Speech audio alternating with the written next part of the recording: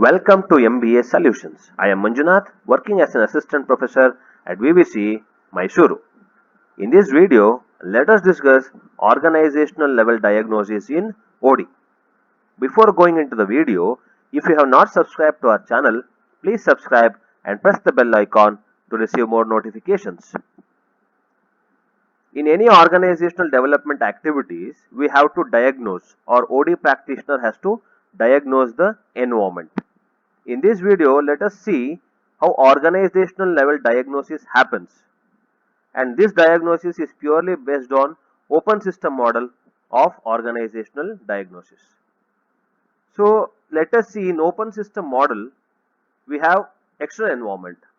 External environment, be it political environment, legal, economical, which is not in the control of the organization. That is external environment.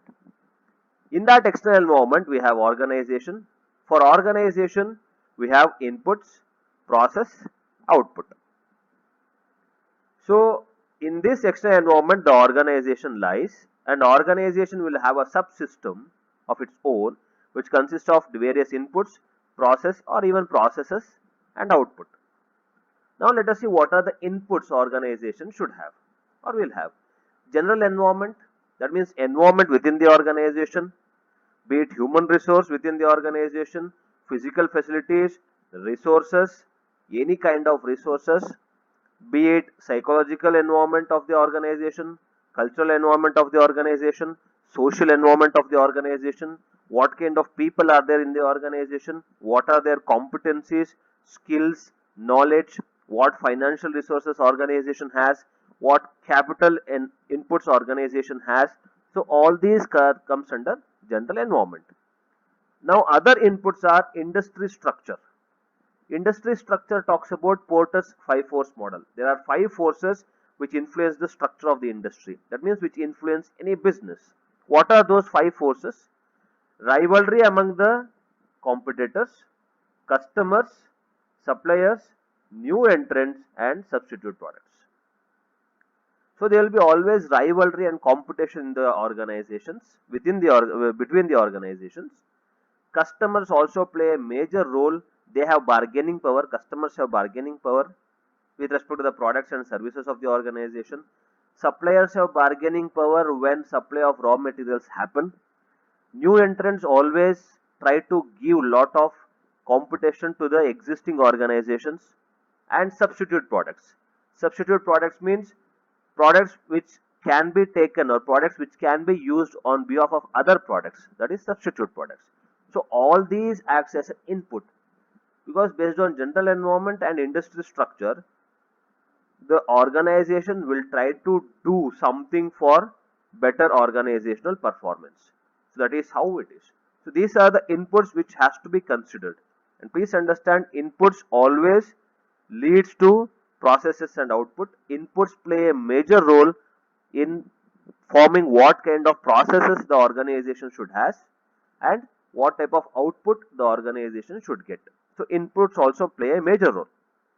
Now coming to process, we have various processes in the organization. So process happens through technology. So what kind of technology organization is using, whether they are using old technology or advanced technology. Because if you use advanced technology with the inputs you have, then it becomes very easy for organization to reach the next level. In strategy, what strategy organization is framing with the resources it has, by considering the internal environment and the external environment, what and all strategies, action plan the organization is framing to improve. Then structure of the organization. Structure talks about different levels in the organization. What are the different levels? Flow of information, flow of communication, whether it is bottom up approach, top bottom approach. So what kind of structure it is having, whether it has different levels in the organization or it is a flat organization where the organization is running with very 1 or 2 organizational levels. So these also impact the process of the organization. Coming to the HR system, so how recruitment happens, how training happens, how development program happens, what compensation package or compensation strategies, policies the organization is using, what are the rules, regulations and policies for human resource in the organization, all these play a major role in having the organization to the better level.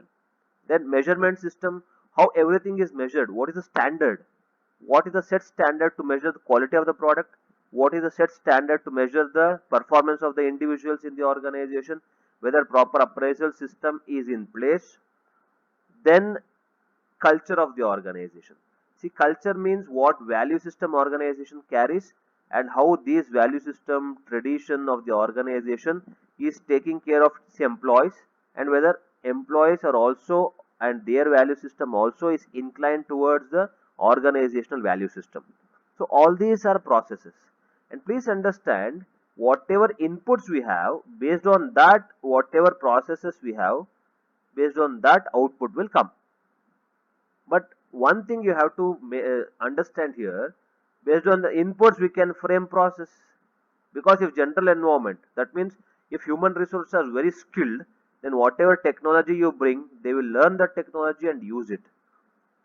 If human beings or human employees are very skilled, then whatever strategies you frame, they'll try to fulfill and they'll try to act upon those strategies. If you have a strong organizational structure where flow of communication and information is very free, then you don't have to worry about lot of miscommunication or lot of misunderstanding in the process. And if you have better human beings who can frame better system, better policies in the organization, then obviously all the employees in the organization are happy with the organization's policies. Then whether you have measurement system in place, proper measurement system, if whatever work an employee does, whether all these are measured properly, whether they get whatever they are supposed to get, what they deserve. Then what is the culture of the organization? If the value system of the people who are in the organization, who comes in the to the organization, what culture they come from, what value system they carry, what belief system they have, whether the same thing is with respect to the organization also, then it is very easy to take the organization to the next level.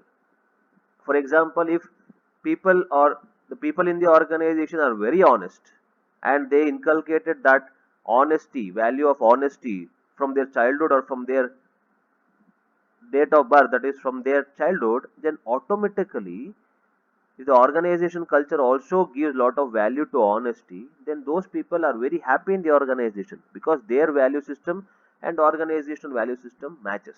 So like this, inputs and process both are very important, and both most of the time go parallelly, because based on inputs only process can happen in a better way.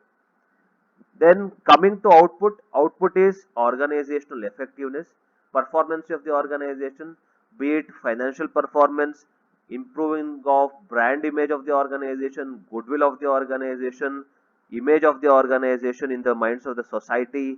So all these are organizational effectiveness. How well the organization can sustain in the market, even though competition is high, even though external environment is indicating lot of trouble to the organization or business, but still because of strong inputs, because of very strong and very methodological process, the output of the organization will not change too much.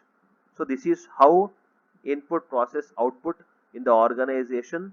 When we diagnose, we have to check whether what kind of input the organization has, what kind of people the organization is having, whether what kind of skills, competencies people in the organization have, what kind of belief system, value system they have, and what kind of rivalry is there in the industry, what kind of customers the organization is servicing, what kind of suppliers they have, whether they have a major new entrants in the business, what are the substitute products, and how these companies which are manufacturing substitute products are placed in the market. Then we see what is the process, how all these inputs will be processed. Then finally we take the output. See, for example, if you go to a doctor, he will check if you have any health issues, he will check what you had yesterday, where you eat something yesterday, what you drank yesterday, how much food you took yesterday. So all these he will check, because input plays a major role to understand what kind of issue you have. And later they scan and see the process of the body, they will check whether everything, whether the blood is proper, whether the flow of blood is proper.